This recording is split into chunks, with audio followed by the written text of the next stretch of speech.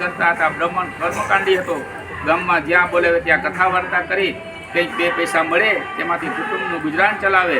માંડ ચલાવતા ઘર ખર્ચમાં કોઈ દિવસ કુટુંબને પેટપૂર 2 ટક ખાવા મળતું નહોતું. વળી કોઈ દિવસ 1 ટક ખાવા મળે કે મા બાપને નકોરડા ઉપવાસ ખેંચવા પડતા. આવી ગરીબાઈ હોવા છતાં પણ બ્રાહ્મણી સંસ્કારનો વારસો, ખાનદાની અને ધર્મની ભાવના ભરપૂર હતી. બ્રાહ્મણીનું પિયર ગામમાં જ હતું અને કમનસીબે તેના મા બાપ તો બાળપણમાં જ ગુજરી ગયા હતા. ભાઈ સુખી અને પૈસા ટકે સમૃદ્ધ, પણ ભાભી ઈર્ષાળુ અને અહંકારી. ભાઈના ઘરમાં ભાભી કહે તેમ જ થતું અને ભાભી કહે તેવું જ થતું અને ભાભીના કહ્યાસર ભાઈ ચાલતો. ભાભી ભાઈને કહી સંભળાવતી, ઘરની બાબત તમે જો શું સમજો, તમારે વેપાર કરો, પૈસા કમાઓ, ઘરના મામલામાં તમારે, વ્યવહારમાં તમારે કદાપી માથું મારવું નહીં, એ બધું તો હું જ સંભાળી લઈશ. ભાઈ ભાભીને ત્યાં લક્ષ્મી ઘણી, પણ તે વાંધ્યા હતા. કુદરતનો નિયમ, કુદરતની લીલા ન્યારી હોય. જ્યાં ધન હોય ત્યાં ખાનાર નથી અને ખાવાના નથી. ત્યાં બાળકોની ફોજ હોય અને બાળકોની લંગાર હોય છે.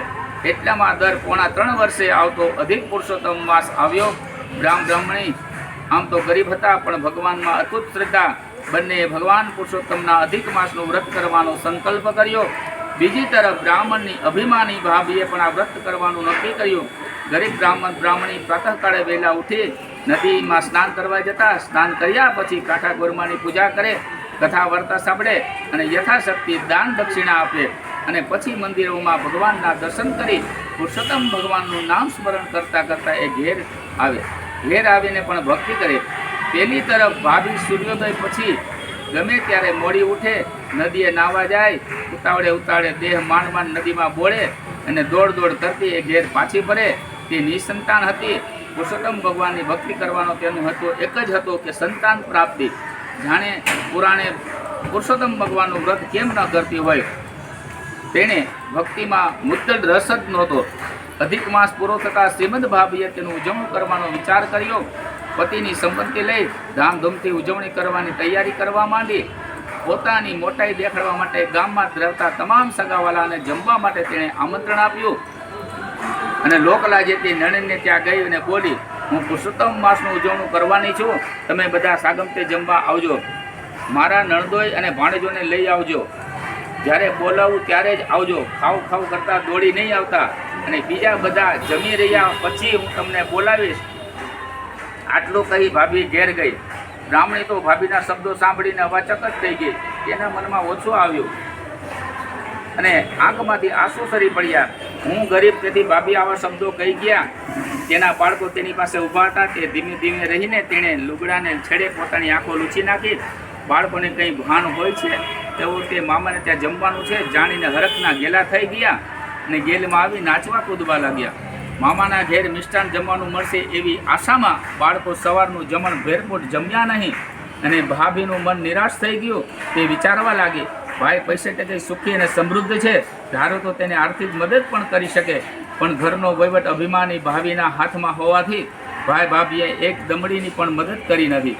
ઈર્ષાળુ ભાભીના મેણા ટોણા સાંભળવા મળે તે બીકે બ્રાહ્મણી ભાગ્યે જ પિયર જતી. ઘણા વર્ષો થયા. ભાઈ ભાભીએ તેને વાર તહેવારે એક કપડું એ દીધું નહોતું. તો પછી ભાણેજોને આપવાની તો વાત જ છે. આ વખતે પણ લોકલાજે ભાભીએ હસતું નોતરું ને ખસતું તેડું કરી ગઈ અને સાંજે ફરી બોલાવવા આવે એવી તો કોઈ આશા જ નહોતી. અને સાંજ થઈ ગઈ.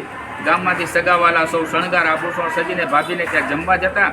કેટલાક ટેકડી સગાઓ બ્રાહ્મણીના આંગણામાંથી ઠેકડી ઉડાવતા ખોખારો ખાતા પસાર થતા અને તેમને મામાને ત્યાં જમવા જઈ કોઈ બ્રાહ્મણ બાળકો માને કહે, માં આ બધા જમવા ચાલ્યા, તું કેમ કંઈ ઠંડી થઈને બેસી રહે, અમને બધાને પણ તૈયાર કર અને તું પણ પિતાજી પર ઝટપટ તૈયાર થઈ જાઓ. ખબર નથી આપણે બધાએ મામાને ત્યાં જમવાનું છે, મોડું થઈ છે, ઝપટ કરો. બ્રાહ્મણી સવારના ભૂખ્યા છોકરાઓને માંડ સમજાવીને શાંત રાખતા કહેતી, બાળકો આપણે તો મામાના ઘરના માણસો કહેવાઈએ, બીજા બધા જમીને પછી ત્યાં જઈએ તો સારું કહેવાય. મામી કહી ગયા તેમ તેઓ તેડવા આવશે, પછી જ આપણે જમવા જઈશું. આમ કરતાં તો દિવસ પણ અસ્ત થઈ ગયો. બધા ગામના લોકો ભોજન કરીને પોતપાને ઘેર પાછા ફર્યા, પણ હજી સુધી મામાને ત્યાંથી જમવા માટે કોઈ તેડવા આવ્યું નહીં. બાળકો કાલાબાલા કરી થાકીને ચડતે નિરાંતે થઈને સૂઈ ગયા. નાના બાળકો ક્યાં સુધી જાગે? ભૂખ્યા સૂતેલા બાળકો નિરાશ વદન જોઈ બ્રાહ્મણીનો આત્મા કકડવા લાગ્યો. હું કેવી અભાગણી કે મારા ભાઈને ત્યાં આખું ગામ જમ્યું, જ્યારે મારા બાળકો ભૂખ્યા સૂઈ ગયા. કાલે સવારે બાળકો પૂછશે તો હું શું જવાબ આપીશ? ભૂખ્યા સૂતેલા બાળકો કાલે સવારમાં ઉઠતા જ ખાવ ખાશે ત્યારે શું જવાબ આપીશ? માટે લાવ, ભાઈને ત્યાં જાઓ અને ઘર બહાર હેઠા પતરાળા પડ્યા છે, તેમાંથી કંઈક છાંટ્યું પડે તો લઈ આવું. આમ વિચારી તે પોતાના ભાઈને ત્યાં જવા નીકળી. ભાઈને ઘેર જઈને જોયું તો ઘરમાં મંગળ ગીતો ગવાય, મોજ મસ્તી થાય, મોટા અવાજે વાતોના તડકા ચાલે. બ્રાહ્મણી બિચારી લપાતા ચૂપતા પગલાં મૂકતી આંગણામાં પડેલા હેઠા પતરાળા ઢગલા પાસે ગઈ. તેનો આત્મા કકડે, હાથ પગ ધ્રુજે, આંખે અંધારા આવે અને પતરાળાને અડવાનું મન થતું નથી. પણ ભૂખ્યા સૂતેલા બાળકોને પટાવવા માટે તેણે આ કાર્ય કરવું પડે. તેણે પોતાના લુગડાને છેડે થોડા પતરાળા બાંધી લીધા. ચૂપચાપ ત્યાંથી પાછી ફરી ગઈ. ઘેર આવીને બ્રાહ્મણીએ હેઠા પતરાળામાંથી છાંટ્યું, વધ્યું ઘટ્યું ભેગું કરી લાડવા વાળ્યા. પછી બધા પતરાળા ઘરના પાછલા વાડામાં ફેંકી દીધા. છેવટે બિચારી બ્રાહ્મણી રડતી કકડતી પુરુષોત્તમ ભગવાનનું સ્મરણ રટણ કરતી સૂઈ ગઈ. બીજી સવારે બ્રાહ્મણી વહેલી ઉઠી ઘરની પાછળ રાત્રે વાડામાં નાખેલા હેઠા પતરાળા એકઠા કરી ઉકળા પર નાખવાનો વિચાર કર્યો. પણ આ શું, જ્યાં પતરાળા એકઠા કરવા જાય ત્યાં તો આભી જ થઈ ગઈ. બધા જ પતરાળા સોનાના થઈ ગયા. જોઈને તે તો દંગ જ રહી ગઈ અને તેણે બંને હાથ જોડી પુરુષોત્તમ ભગવાનને નમસ્કાર કર્યા. તેણે તરત જ બ્રાહ્મણ પત્નીને જગાડી સર્વ વાત કરી. પુરુષોત્તમ ભગવાનની કૃપા થયેલી માની બ્રાહ્મણી ખુશ થયા. બ્રાહ્મણ પતિ બોલ્યો, પુરુષોત્તમ ભગવાનનું વ્રત ખરેખર આપણને પડ્યું. આપણી ગરીબાઈને જોઈને ભગવાને જ આપણો ઉદ્ધાર કર્યો. બ્રાહ્મણી ગરીબ હતી પણ પ્રમાણિક. તેણે પતિને કહ્યું, તમે આવી લાલચમાં ના પડો. આ પતરાળા આપણા નથી, મારા ભાઈના છે. જેની જે વસ્તુ હોય તેને આપણે પાછી દેવી જોઈએ. તેમાં જ પુરુષોત્તમ ભગવાન રાજી રહે. બ્રાહ્મણ પણ ગરીબ હતો પણ ધર્મ માર્ગી અને નીતિ ચાલનાર હતો. તેને તેની પત્નીની વાત માન્ય લાગી. તેણે પત્નીને કહ્યું, હા તું પણ કહે તે જ યોગ્ય છે. લોભમાં પડી આપણે આ પતરાળા આપણે ત્યાં રાખવા જ ન જોઈએ. તું હમણાં જઈને એ સોનાના પતરાળા તારા ભાઈને ત્યાં જઈને આપી આવ. અગર તારા ભાઈને અહીં બોલાવીને આપી દે. બ્રાહ્મણી તો તરત ભાઈની ઘરે ગઈ. સવારનો પોર હતો. ભાઈ ભાભી હજી તો તરતના ઉઠ્યા હતા. બહેનને પોતાના આંગણે આવેલી જોઈ ભાઈએ બહારથી આવીને કહ્યું, બહેન કેમ આજે સવારમાં આવવું પડ્યું? કંઈ મુશ્કેલી આવી નથી ને? બહેને કહ્યું, ના ભાઈ, મારે તમારું જરૂરી કામ છે, તેથી જલ્દીથી મારે ઘેર ચાલો. નણંદનો પગરવ અને અવાજ સાંભળી ભાભી તરત બહાર આવીને તેને શું નણંદને નોતરો આપ્યો હતો પણ તેને જમવા નથી બોલાવી. તે જાતે ભાઈના કાન ગંભીર કરવા આવી લાગે છે. તેથી તે મોટા અવાજે બોલી, નણંદબા, તમે બધા ગઈ રાતે તો અમારે ત્યાં ભેટપુર જમી ગયા છો, પછી અત્યારે સવારના ઉપરમાં શા માટે મીઠાઈ માગવા? ભાઈ પાસે દોડી આવ્યા. શું તમને શરમ નથી આવતી? ભાભીના આવા કટુન વેણ સાંભળી બ્રાહ્મણીની આંખોમાંથી હળદળ આંસુ ટપકી પડ્યા અને દીધા નોતરે ભાણેજો ભૂખા રહ્યા. તેનું તેના દિલમાં દુઃખ તો હતું જ. તેમાં ઉપરથી ભાભીના વેણ સાંભળી એ સમસમી ઉઠી અને કહેવા માટે જીભ તો સળવડતી હતી, પણ વાત સાંભળી વહાલા ભાઈનું દિલ દુભાઈ નહીં એટલા ખાતર એમને મૌન સેવ્યું.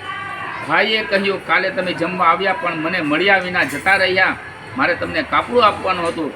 છતાં બ્રાહ્મણી કંઈ બોલી જ નહીં અને ભાઈને લઈ પોતાને ઘેર આવી અને પેલા સોનાના પતરાળા ભાઈ સમક્ષ ઢગલો કરી બોલી, ભાઈ, આ સોનાના પતરાળા તમારા છે, તે બધા તમે લઈ જાઓ. આ પતરાળા પર અમારો અધિકાર નથી. બહેનની આવી વાત સાંભળી સોનાના પતરાળા જોઈ ભાઈ આશ્ચર્યથી બહેનની સામે જોઈ રહ્યો. તે બોલ્યો, આ બધું શું છે? તેને મને તો કંઈ સમજ પડતી નથી. બહેન, તું જરા વિગતવાર સમજાવ તો મને સમજ પડે. બ્રાહ્મણી રડતા રડતા કહેવા માંડી, ભાઈ, મારે જૂઠું નથી બોલવું. ભાભી ગઈકાલે મને નોતરો આપવા આવેલી ત્યારે કહેલું કે હું તમને જમવા માટે બોલાવું ત્યારે જ તમે બધા જમવા આવજો.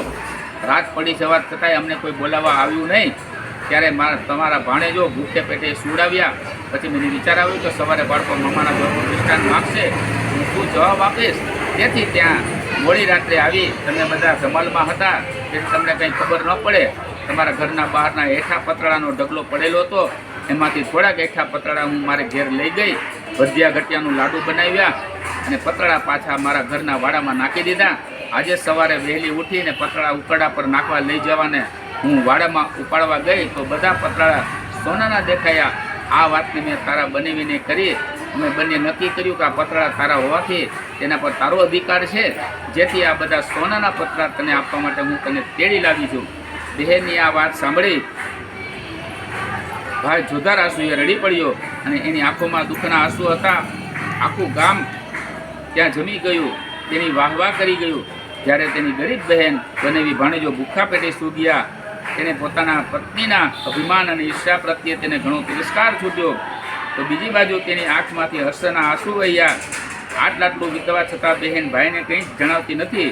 વળી તેને સોનાના પતળા સોંપી દેવા તૈયાર થઈ. ગરીબ બહેનની આ કેવી ખાનદાની અને દિલાવરી! ભાઈને રડતો જોઈ બહેને આશ્વાસન આપીને શાંત કર્યો. ભાઈ તો તરત પામી ગયો કે આ બધો ગરીબ બહેન પુરુષોત્તમ અધિક માસના વ્રતનો પ્રભાવ તેના પર ભગવાને જ કૃપા કરી ને ભગવાનને બહેનને ત્યાં જ્યારે આજે આપ્યું એના પર મારો તે વળી હક શાનો હોય? જો હું તે લઈ જાઉં તો હું પાપની ગર્તામાં પડું. આમ બિચારી ભાઈએ બહેનને કહ્યું, બહેન, આ સોનાના પતળા પર મારો કોઈ અધિકાર જ નથી. આ તો પુરુષોત્તમ ભગવાન અને તારા વ્રતના ફળરૂપે તને આપ્યા છે. ધનમાંથી તું જ દાન પુણ્ય ધર્મ કર, એ તારું છે અને તું જ ભોગવ. આટલું કહી ભાઈ પોતાને ઘેર ચાલી ગયો. બ્રાહ્મણ બની એમાંથી થોડું સોનું વેચી રોકડા કર્યા, તેમાંથી જૂનું કકડ ઘર સુધરાવ્યું, પોતાના બાળકો તથા નવા કપડાં તૈયાર કર્યા. પછી જમણવાર ગોઠવ્યો. બ્રાહ્મણી પોતે ઘેર જઈને નોતરા આમંત્રણ આપી આવ્યા. ઉડતી ઉડતી આ વાત ભાભીને કાને આવી. તેનું મન ખીન થઈ ગયું. એણે તેના પતિને પૂછ્યું, મેં સાંભળ્યું તમારી બેન જમણવાર કરે છે અને આખા ગામને નોતરા દીધા છે, એ વાત ખરી? પતે કહ્યું, હા, એ વાત સાચી છે. પુરુષોત્તમ ભગવાનની એના પર કૃપા ઉતરી. હવે તે ગરીબ દરિદ્ર નથી, આપણા કરતાં એ વધુ ધનવાન થઈ ગઈ છે કે સમગ્ર ગ્રામને સાગમટે જમણવાની છે. આપણે ઘેર આ નોતરું દેવા આવશે. અને સાચે જ થોડીક વાર પછી બ્રાહ્મણી બંને જણા એમને ત્યાં નોતરું આપવા આવ્યા. જમવા પધારવાને એમને નોતરું આપ્યું અને જરૂરથી આવવા જણાવ્યું. અને નણંદના આ નોતરાથી ભાભીના પેટમાં તેલ રડાયું. પણ તે કરે શું? સમય પારખીને તેણે નણંદોને આવકાર આપી સારું લગાડ્યું. અને સાંજે જમણવાર ચાલ્યો. સાગમટે ગામ જમવા આવ્યો. 32 પકવાન 33 શાક પીરસાયા. પુરુષોત્તમ ભગવાનને રસોઈમાં એ તો મીઠાશ મૂકી એ સૌ પડાપડી કરતા માગીને જમવા લાગ્યા. રસોઈના ખૂબ વખાણ થયા. બધા જમી ગયા. પછી છેલ્લે બ્રાહ્મણીએ પોતાના ભાઈ ભાભી અને પતિઓ સાથે જમવા બેઠી. મોટો ભાણેજ લાડુ પીરસવા નીકળ્યો. તેણે સૌને ઘીથી લથપથ લાડુ મૂક્યા અને મામીની થાળીમાં સોનાનો લાડુ મૂક્યો. અને સોનાનો લાડુ જોઈ મામીએ કહ્યું, અલ્યા ભાણિયા, આ તે તું શું કરીશું? સોનાનો લાડુ તો વળી કદી ખવાતો હોય છે, તું તો ખરો છે. ભાણિયાએ ઠાવકે મોઢે કહ્યું, મામી, અમે રહ્યા ગરીબ દરિદ્ર, તમને જે શોભે તેવું પીરસ્યું, માટે તમે પ્રેમથી જમો. અમે તમારે ઘેર જમવા આવ્યા ત્યારે અમે અમારી ખૂબ સરભરા કરી હતી. એવી સરભરા તો અમારાથી નહીં થઈ શકે. આ તો ફૂલ નહીં તો ફૂલની પાંખડી. મામી તરત જ ભાણેજનો ટોણો સમજી ગઈ અને તેને તો કાપો તો લોહી ન નીકળે એવી પરિસ્થિતિ થઈ. અને એને ભાન થયું કે જમીન કોતરતી થઈ ગઈ અને એની આંખમાંથી પશ્ચાતાપના આંસુ સરી. આખરે તે અત્યંત પસ્તાવો થયો. ઊભી થઈને નણંદની માફી માગી અને નણંદેને ઉદારતાથી માફી આપી. આ પ્રમાણે પુરુષોત્તમ ભગવાનનું વ્રત કરવાથી ગરીબ બ્રાહ્મણીનો ઉદ્ધાર થયો. એના કુટુંબ સાથે તે શાંત સુખપૂર્વક શેષ જીવન વિતાવવા લાગી. બોલીએ શ્રી પુરુષોત્તમ ભગવાનની જય, ગોરમાની જય, ભક્તિ મહારાજની જય. ઓમ નમઃ પાર્વતી પતિ હર હર મહાદેવ.